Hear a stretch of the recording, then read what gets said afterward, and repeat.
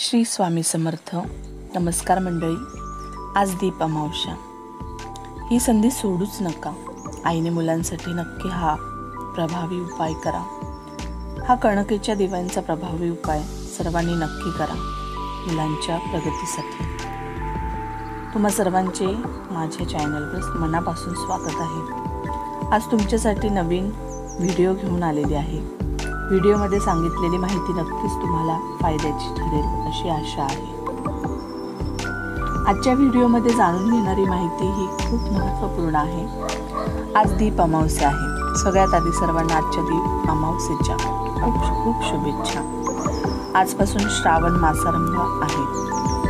दीप अमावस्या म्हणजे दीप अवस, दिव्यांची अवस.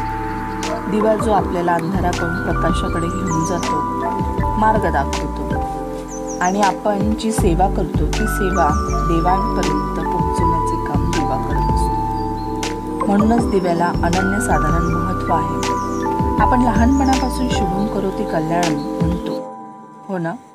दिवाबत्ती हाही शब्द अगदी आपल्या सगळ्यांच्या अंगवळणी आहे, बरोबर आहे ना. आज दीप अमावस्या, म्हणूनच आपल्या मुलांसाठी एक प्रभावी असा उपाय करायचा आहे. आणि महत्त्वाचे म्हणजे हा प्रभावी उपाय वर्षातून एकचदा करता येतो. त्यामुळे आवर्जून हा उपाय करावा. ज्यांना मासिक धर्म असेल किंवा ज्यांना सुतक असेल ते मात्र हा उपाय करू शकत नाही. इच्छा असेल तर आपल्या घरामध्ये दुसरी स्त्री असेल तर तिच्याकडून हा उपाय तुम्ही करून घेऊ शकता. आता तुमच्या लक्षात आलं असेलच. असो, आता मुलांच्यावरून काय ओवाळायचे आहे हे आपल्याला जाणून घ्यायचे आहे. त्यामुळे संपूर्ण व्हिडिओ स्किप न करता बघा आणि माहिती आवडल्यास लाईक, सबस्क्राईब आणि नवीन आलेला हाईप करायला विसरू नका. दीप अमावस्या म्हणजे संपूर्ण घरातल्या दिव्यांची पूजा. जे काही असतील त्या दिव्यांची पूजा आपल्याला करावयाची आहे. आपल्या घरातल्या लहान मोठ्या सर्व दिव्यांची पूजा करायची आहे. आपल्या घरात आपल्याला आयुष्यात लख प्रकाश पडावा ही प्रार्थना आपण करत असतो. दिव्याच्या तेजाप्रमाणेच सकारात्मकतेने आपल्याला आयुष्य भरून निघावे अशी आपण प्रार्थना देवाजवळ करत असतो. त्यात दुग्ध शर्करा योग असा की आज गुरुपुष्पामृत देखील आहे. त्यामुळे आज माता लक्ष्मीची देखील सेवा आराधना आपल्याला करावयाची आहे. म्हणूनच आजच्या दिवसाचे अनन्यसाधारण महत्त्व आहे. आणि हो, आज ते सर्व गुरुवारी आलेले आहे. याला अमृतयोग म्हणायलाही काही हरकत नाही. अशी ही स्वामींच्या गुरुवारची आपण विशेष अशी सेवा करत असतो. त्याही आपल्याला करायच्याच आहेत. तर आता मुलांसाठी नेमका कोणता उपाय आपल्याला करायचा आहे तर तो आता समजून घेऊ. तर बघा, मुलांसाठी कणकेचे दिवे तुम्हाला उतरवून घ्यायचे आहेत. यासाठी तुम्हाला कणकेचे 5 किंवा 11 किंवा 21 दिवे बनवायचे आहेत. पण जर समजा तुम्ही वर्किंग वुमन असाल, नोकरीनिमित्ताने बाहेर पडणारे असाल तर एक दिवा बनवला तरीही चालतो. वेळेअभावी आपण एक दिवा बनवला तरीही काही हरकत नाही. कणकेचे दिवे बनवत असताना गव्हाच्या पिठाचा वापर करायचा आहे. तुम्हाला वाटले तर तुम्ही त्या पिठामध्ये चिमूटभर हळद देखील टाकू शकता आणि काळी तिळी देखील टाकू शकता. अशा पद्धतीने तुम्ही कणकेचा दिवा बनवू शकता. किंवा हळद पिठाचा दिवा बनवून नंतर दिवा लावताना त्यात काळे तीळ टाकले तरी चालते.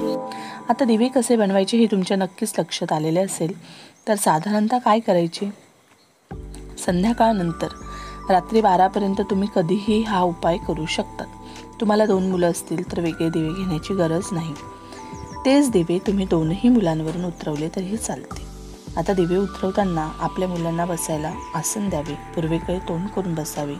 त्यानंतर कणकेचे दिवे बनवले आहेत त्यामुळे त्यात मोहरीचे किंवा तिळाचे तेल टाकायला काहीही हरकत नाही. आणि अशा पद्धतीने दिवे लावायचे.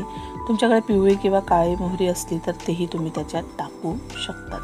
आणि मग हे दिवे मुलांवरून आपण औक्षण करतो त्या पद्धतीने तशा प्रकारे 7 वेळा उतरवून घ्यायचे आहे. त्यानंतर पिंपळाच्या झाडाखाली ते दिवे ठेवून द्यायचे आहेत. जर तुम्हाला पिंपळाच्या झाडाखाली ते ठेवायला जमले नाही तर कमीत कमी आपल्या गॅलरीमध्ये ठेवायचे आणि दुसऱ्या दिवशी निर्माल्यामध्ये ते तुम्ही टाकून देऊ शकता. अशा प्रकारे कणकेच्या दिव्यांचा उतारा करून घ्यावयाचा आहे. कारण कणकेचा उतारा आजच्याच दिवशी करता येतो. आज नाही जमलं तर तो पुढच्याच वर्षी करता येईल. शक्यतोवर आजच्या दिवशी हा उपाय करण्याचा सर्वांनी प्रयत्न करा. आवडली असेल माहिती तर नक्की कमेंट करून सांगा. श्री स्वामी समर्थ.